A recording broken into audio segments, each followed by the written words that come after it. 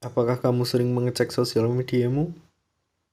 Apakah kamu sering bergadang karena tidak bisa lepas dengan gadgetmu? Apakah kamu sering kehabisan uang karena mengikuti tren atau membeli barang yang sebenarnya tidak terlalu kamu butuhkan? Apakah kamu merasa cemas atau takut tertinggal jika tidak melakukan hal-hal tersebut? Jika jawabannya iya, dan kamu sering merasa rendah diri karena hal tersebut, bisa dipastikan kamu merupakan pengidap fear of missing out.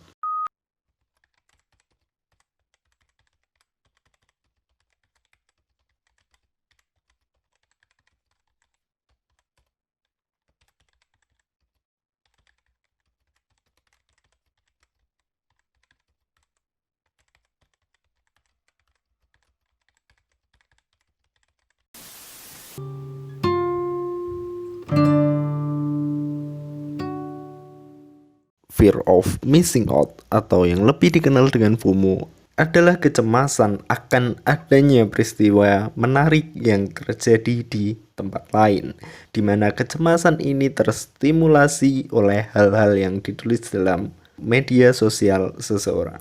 Atau FOMO bisa kita artikan sebagai suatu kondisi di mana seseorang kerap merasa khawatir akan tertinggal kabar atau tren yang sedang berlangsung.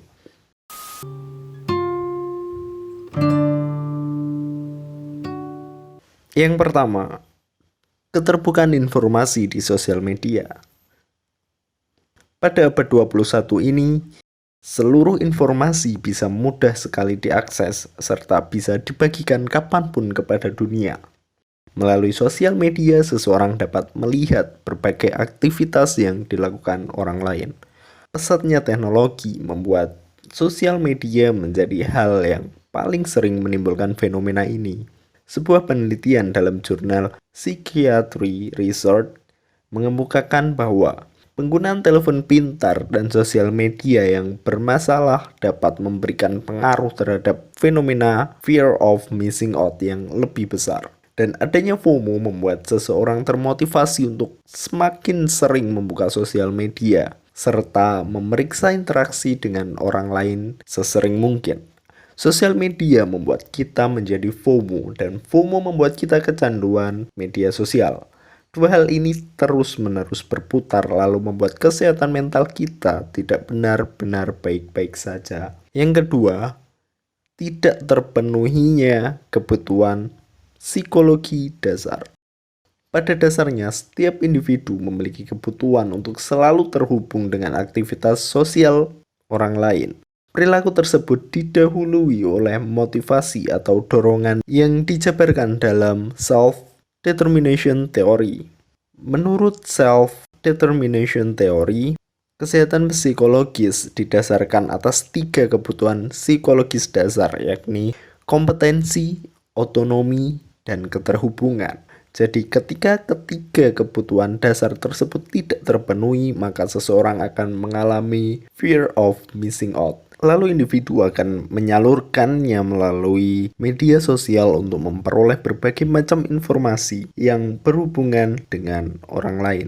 Hal tersebut akan menyebabkan individu terus berusaha untuk mencari tahu apa yang sedang terjadi pada orang lain melalui media sosial secara terus-menerus dan berlebihan. Yang ketiga, kondisi deprivasi relatif. Kondisi deprivasi relatif adalah kondisi yang menggambarkan perasaan ketidakpuasan seseorang saat membandingkan kondisinya dengan orang lain. Perasaan missing out dan tidak puas dengan apa yang dimiliki muncul ketika para penggunanya saling membandingkan kondisi diri sendiri dengan orang lain di sosial media. Yang pertama, mempengaruhi kesehatan mental, yang mana kamu akan merasa cemas secara berlebihan. Yang kedua, gangguan finansial. Ya, karena kamu suka membeli barang atau mengikuti tren yang sebenarnya tidak kamu butuhkan dengan dalih takut ketinggalan. Yang ketiga, FOMO menyebabkan pengalaman sosial dan emosional yang negatif, seperti kebosanan dan kesepian. Yang keempat, sebuah studi pada tahun 2013 menemukan bahwa fear of missing out dapat bertampak negatif pada suasana hati dan kepuasan hidup, mengurangi harga diri, serta mempengaruhi afeksi. Lalu bagaimana agar rasa takut ketinggalan itu berkurang? Sebelum menjawab pertanyaan tersebut, saya kenalkan dulu dengan joy of missing out atau JOMO dan juga nearly but not fully of missing out atau NEMO. JOMO adalah tetap santai akan perasaan ketertinggalan dengan tren.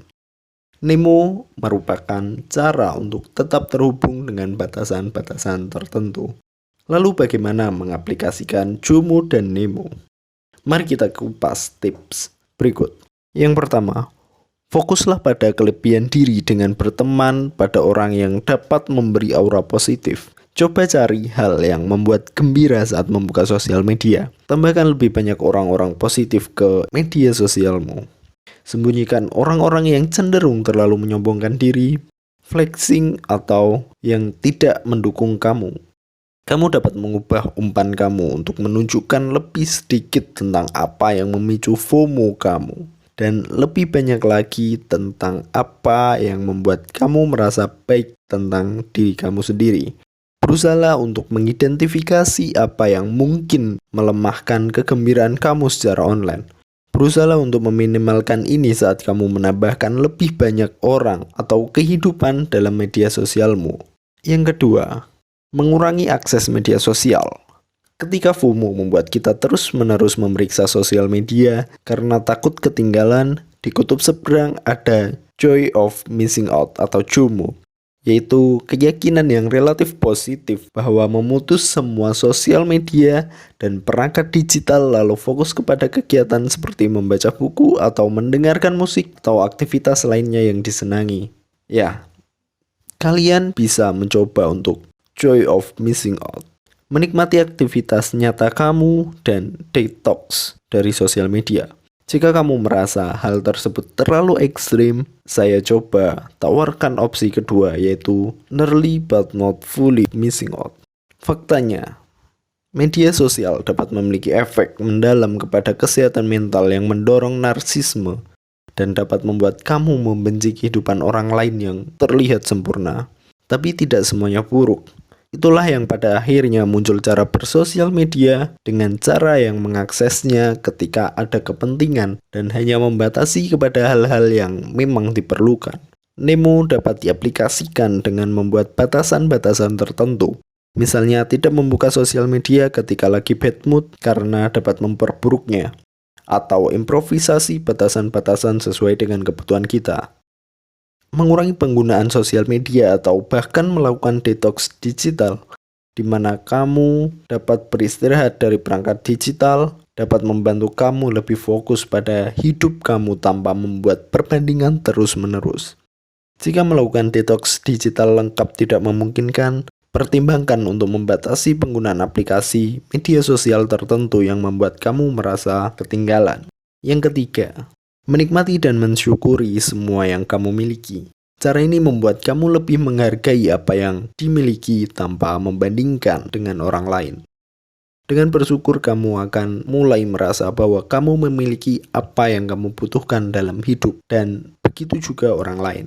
Ini bisa sangat bagus untuk kesehatan mental dan emosional kamu. Fear of missing out atau cemas karena takut ketinggalan. Cemas memiliki makna bahwa kita takut atau khawatir akan sesuatu yang belum terjadi. Ini tentang kontrol akan pikiran kita.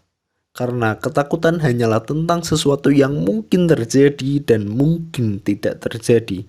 Ketakutan atau cemas bukan tentang apa yang terjadi saat ini. Ketakutan atau cemas adalah tentang apa yang belum terjadi.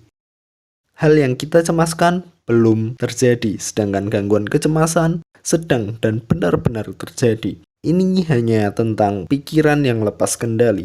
Kita hanya perlu merekonstruksi pikiran kita dengan 3 tips di atas. Semoga cepat membaik ya. Salam dari teman baikmu.